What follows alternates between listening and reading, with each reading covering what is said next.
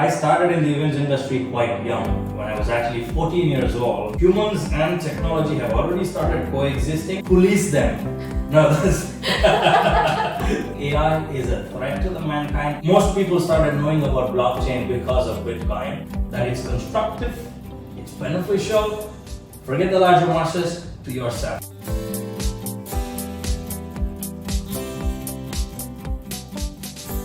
Welcome to Trade of Thought, powered by Texup. Today, our guest is Mr. Naveen Bharadwaj, who is a very notable name in the AI and blockchain circles. As a young leader, it seems almost fitting that he is spearheading his company in the emerging tech industry. He is the CEO of Trescon, Chief Growth Officer of Spire Solutions, and associated with entities such as World Blockchain Summit and Demandify, a B2B demand generation and marketing company. He spends his free time looking for his next outdoor adventure. Thank you so much, Mr. Naveen, for being a part of the show. Namaste and most welcome. Thank you for having me here. So, since I mentioned a lot of the various hats you don, can you tell me how you started in this field? Like, what was the journey like? Well, the field that I'm currently in is in helping create opportunities for businesses, which is the primary objective and the tagline for Trescon. We are an events organizer, future tech events organizer. I started in the events industry quite young, when I was actually 14 years old, Wow. doing a lot of promotion jobs, art jobs out there in the streets. I'm a computer science engineer by qualification, although when it comes to coding or testing, I'm very, very bad at it. But the events experience from a very early age and the computer science qualification coming together is what brings me into this space, which is running B2B future technology events. Very exciting. All of them sound very exciting. So before we move on to in-depth, let us can you make it very easy to understand emerging tech for our viewers? Oh, for sure. Emerging technology is quite a broad space, right? And I think it's being used or abused by pretty much everybody everywhere. But the way I would break it down and make it easy for people to understand, emerging tech is A to Z of technology. So things like artificial intelligence, blockchain, cloud, cybersecurity, CX, data analytics, esports and gaming, fintech, metaverse, augmented reality, virtual reality, digital twins. These are just some of the different legs of emerging technologies. But what truly is an emerging technology? It's something that transforms the world and changes the way we live, we work, and we interact with people.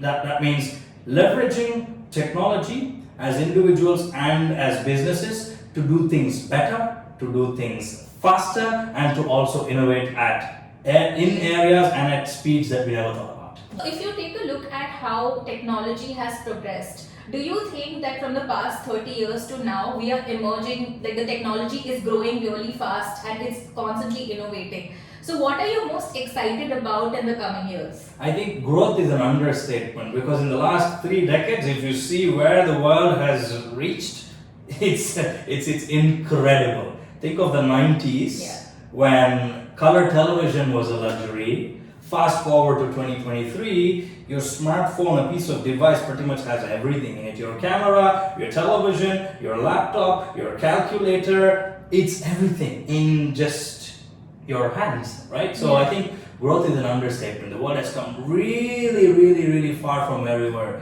3 decades ago.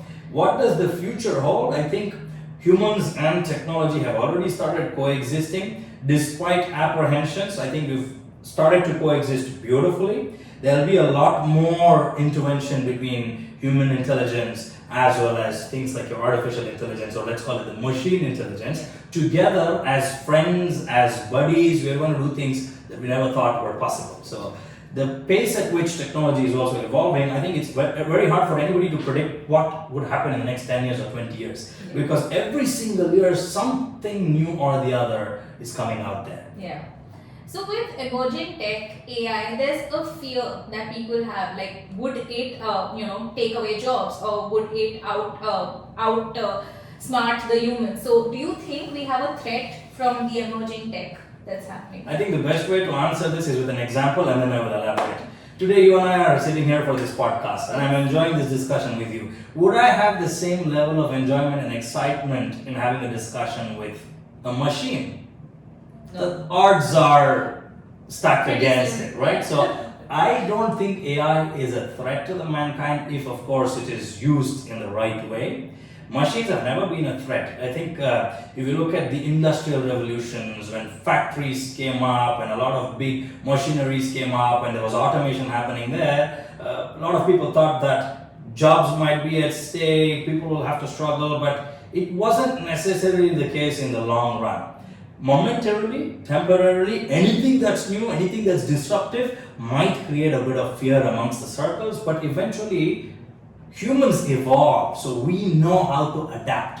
From living in forests to now building the world's tallest towers and doing all sorts of crazy things, flying cars, so we have evolved constantly. So I don't think it is a threat as long as this technology or any piece of technology is being used for the betterment of mankind and humanity, betterment of businesses, and at the heart of all of it, remain humans. Yes. And with machines, the definition of machines, if you think about it, is just making human life easier. So, do you think that makes us lazier? To some extent, yes. But again, if we are mindful enough, we wouldn't use those machines to make us lazy, but we would actually use those machines to give us enough time to focus on other things. So, on the contrary, it might actually make you busier than you think you should be. Cars, right? Whenever it was invented, if it took you 4 hours to get from point A to point B, now it takes you 10 minutes or 15 minutes. Does that mean it has made you lazy? Not necessarily. It has now given you 3.5 to 3 hour 45 minutes that you could focus on doing something else. So maybe 10% or less might become lazy, but the other 90% stand to gain, and with the time that they earn, they can continue to evolve and transform. Yeah. There's a lot of buzz about blockchain. Is blockchain only cryptocurrencies? That's the unfortunate understanding in the larger masses, because most people started knowing about blockchain because of Bitcoin, and Bitcoin being a cryptocurrency or a digital asset, everybody associates blockchain with cryptocurrencies. But the fundamental reality, and industry practitioners as well as a few others outside of the circles know and realize, is blockchain as a technology is an enabler of cryptocurrencies, but it is not cryptocurrency. Blockchain has a lot of other massive impacts across different industries. So, how do you think the emerging tech industry is doing in Dubai? Fantastic, I would say, because even before the world started embracing emerging technologies and innovation became a primary driver for economies, Dubai was out there doing it. Because of our leadership here, which we are so fortunate and blessed to have, they've always had that future foresight. They've always thought a couple of steps ahead, if not 10 steps ahead, compared to the rest of the world. Everybody is playing, or not everybody, majority of the world is catching up. Dubai is actually driving innovation, it's leading, and it's also adopting. I recently saw a campaign where there was mention of Dubai, the AI in Dubai standing for artificial intelligence, and I thought that was beautiful. And given the examples that you've mentioned, truly this is the place to be. So, what is something that you think is hindering the penetration of emerging tech in other countries globally? I think one of the major challenges that you will see, and particularly in developing nations where there is massive appetite, is digital literacy and digital divide. Because majority of these developing countries are split into two parts. Minority, maybe a handful, let's say 20% or 30%, if that, are digitally savvy. They are tech savvy, they understand technology, the impact of digitization and digital transformation. They can do things in their fingertips. But what about the other 60, 70 or 80% of the population that might be in rural outfits? They are integral to the country, the economy, and to the growth of those nations. They are contributing directly to the GDP of those countries. What about digital literacy of that strata of the society? I think that is one of the major challenges when it comes to penetration of emerging technologies, or let's say fast-paced penetration of emerging technologies. Having said that, several governments around the world, as well as several consortiums and regional bodies around the world, have already realized this, and are also coming up with large-scale, massive campaigns to educate not just the urban population, but even the rural population, even the elderly that might not be so digitally savvy on one, the different benefits of technologies or emerging tech for their lives, the different ways they can use these technologies to engage with the government, with businesses, with potential customers, with their families, friends, and other peers, and then also measuring the impact of that digital literacy or trying to bridge the gap between the urban and the rural population. Let me tell you another challenge that the world in general might face with the penetration of emerging technologies. It's around the finances, the budgets, right? Not every piece of emerging technology out there is cheap. Not every country, not every company, not every community can actually afford it. Ideas are plenty, technologies are aplenty. However, whether or not there are enough financial means to embrace it remains a challenge till date. But I think with more and more global cooperation, with more and more money flowing fluidly all around the world, as well as with the help of decentralization, so on and so forth, that challenge would also be eventually solved, and this emerging tech would no longer be a luxury that developed nations, rich and wealthy nations would just enjoy, but pretty much every other nation can also enjoy. Since we've understood now the challenges that so many countries may be facing in embracing emerging tech, can you tell me some places that some countries to look out for in the emerging tech industry? Well, I think there are plenty of countries, right? The country that I come from, India, which is a global capital when it comes to all things technology, and the city that I come from, Bangalore, which is considered to be the nice Silicon Valley of Asia. India is a fantastic example. In the Asia Pacific region, you have countries like Singapore, Indonesia, Malaysia are doing fantastically well. Here in the African region, of course, UAE is driving, but countries like Saudi Arabia are also coming up quite nicely in not just embracing emerging technologies, but also creating and innovating. The Western world has also been quite savvy out there. United States of America, all things tech, people talk there. UK has been doing well. So I think it's hard to. Israel, I forgot to mention, is fantastic when it comes to technology. They've always been known for security, but again, from an emerging tech or future tech perspective, they're doing pretty well. It's hard to single out or pick just a few countries. I would say that every region is doing something unique and particular to their region, and there are a lot of bright, shining countries in each of those regions. That's so well put, the Asia Pacific Silicon Valley and the actual Silicon Valley. Everyone's united in getting it. So while emerging technology is decentralized, it almost seems like it's uniting all of these countries. Emerging technology, not all emerging technologies are decentralized. Blockchain is decentralized, but I think yes, emerging technologies is also uniting a lot of different countries. They're uniting countries at technology level, they're uniting countries at collaboration level, they're uniting countries at funding level, they're uniting countries at exchange of knowledge level. So there are many different levels of unity that is being created, plus access is also being enabled, right? You could be anywhere in the world and you could have good access to people or to governments or to entities in other parts of the world. Again, thanks to tech in general or emerging tech, to be more precise. Since you mentioned access, I want to talk about how do you think industries or companies who want to embrace these emerging tech educate their employees and give them access or tools to educate them about this particular industry or the boom that's coming in? Police them. No, that was just a joke, right?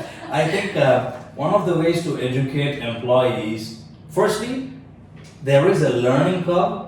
There is a maturity period. You can either just deep dive and let them figure out, which is not necessarily a bad strategy, or you can come up with a plan where you start introducing a few things in their day-to-day work lives. Also, you open their eyes to the opportunities that are out there for them if they were to be tech savvy. So imagine if you're educating your employees to say, if you want to get better in your careers, within this organization, or eventually if you choose to go somewhere else, if you want to become an entrepreneur and branch out and do things on your own, if you want to position yourself as a driver, as an innovator, technology plays an absolute important role. Now, does that mean those without technology don't stand a chance at all? Not necessarily. There are different ways that we live our lives, and there are different types of businesses that we can launch, but with technology, you have that edge. Yeah. You stand out, and you can be the choice, or you can make some right choices.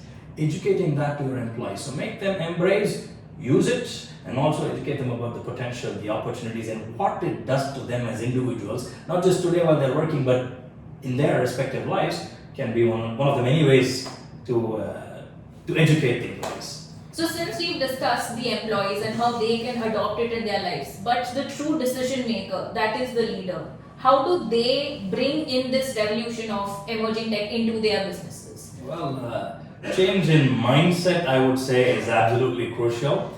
More often than not, you'll find that a handful of business leaders are probably the problem as well, because they want to run their businesses in the old fashion that they actually saw others run the businesses. So they have trained themselves to believe in a particular pattern, and that's how they want everything to be. So I think the first thing that a business leader must do is change their mindset, be more flexible, be more open, and that would involve bringing in new ideas, bringing in new people, being receptive to different concepts that might come from internally or from externally. That's one. Number two, learn. Because if you want to help evolve your business, if you want to help transform your business, it's absolutely important that you understand how do you do that. You might not get into the deep weeds of the technicalities, but at least you need to have the basic understanding of how it's done. Yeah. If you have your self capabilities to actually then contribute to that evolution, fantastic. If not, you bring people that can do that. You bring skilled people, knowledgeable people to do that. Thirdly, again, what we talked about earlier, which is creating the level of education and excitement in your people, in your teams, because at the end of the day, what a majority of the business is, it's nothing but an end result of the work that their people are doing. So educating them and creating enough excitement in them to embrace technology and see the future. See the future for the business, see possible diversification that can happen, that what kind of opportunities that brings to their own personal and professional selves, and from there, what else can they do in their respective lives, right? So these are just some things that business leaders can start with, as opposed to being rigid in their mindset. So we spoke about how business leaders have to change their mindset and think uniquely to come across and embrace the emerging technology. TEXUB is one such example where a leader had to think differently and found a solution and created a ripple effect. So let me tell you a little bit about TEXUB. TEXUB is a B2B marketplace where we connect traders globally. So I wanted to know how the emerging tech can be impactful to our trader community all over the globe. Well, I think as one of the keywords that I used earlier is access, right? So what you've done now, or you or any other e-commerce platform for that matter, particularly for the traders, right? It is now opening up a customer base that they otherwise did not have access to. Let's say I might be sitting in Kenya and I want to access somebody in India. I will have to either fly in or traditional phone, yada yada. But now I could do that on this, I want to call it a community commerce platform as opposed to an e-commerce platform. Again, or another example, I'm a trader, I want to enlist one of my products, and my product is something that people will ideally have to touch and feel, or at least they need to have a better perception than just 2D, right? Again, with the help of AR, VR, Metaverse, and all these other amazing technologies out there, I might now be able to give that better experience for potential buyers that I have out there, right? Or let's say I'm a trader that is in the fashion business or eyewear business, and you see this in India. Lenskart actually is trying this, right? You can put in your photo, or you can just open your cameras and try different types of glasses, try different types of accessories, and then you visualize yourself even before you actually commit to buying it, right? Now imagine for the trader it is awesome. Maybe they can reduce the number of product returns. Maybe they can reduce the number of people that actually think this might not suit me, because now it does suit. Yeah. Now speaking particularly from a B2B standpoint as well, bulk purchases of laptops, servers, software licenses, AR, VR gears, smartphones, mobile devices, a lot of these things are now being done on e-commerce platforms, right? Again, access, experience, broader customer base, better way to take your business to market. I think these are just a few, like these are bare minimum benefits that potential traders are getting. And another thing is also transaction, right? Transacting, so the flow of money. Yeah. Previously, traditionally, where you had to only depend on bank-to-bank transfers or telegraphic TT transfers or wire transfers, so on and so forth. Now, again, with the help of blockchain or cryptocurrencies in whichever countries it is actually permitted, you can also transact instantly and not wait for 3 days, 5 days, 10 days, or how many ever days, having to verify, get a bank transfer receipt. It's instant, right? So there are many benefits that traders get. We are sitting on the precipice of this transformation, this digital transformation, this oncoming wave of various tech innovations. So for the general masses, people watching, what do you think they need to do to equip themselves to enjoy the wave rather than drown in it? I think it's the same, or some of the things they need to do is similar to what business leaders need to do, what governments need to do, what employees need to do, which is to have an open mindset, which is to observe what's happening around you, right? You observe, you adapt, and you transform. And that observation is where you're going to learn a lot. The adaptation is where you actually evolve, and the transformation is going to be an end result of that, right? So I think as individuals, leaving aside the different hats that we might be wearing, it's important for us to know what's happening around us and around the world and be a part of it as long as we feel and we believe that it's constructive, it's beneficial. Forget the larger masses, to yourself. How does a particular piece of technology impact you? Thank you so much for this insightful conversation. I think people watching and I am so enlightened by all things tech, and I'm looking forward to being a part of this tech revolution that's coming to us. Thank you so much for being on Shade of Thought. It was great to have you on our show. Most welcome, and thank you so much for having me. Thank you so much for tuning in to our episode of Trade of Thought. Stay tuned for our next episode, and don't forget to like, share and subscribe to the channel.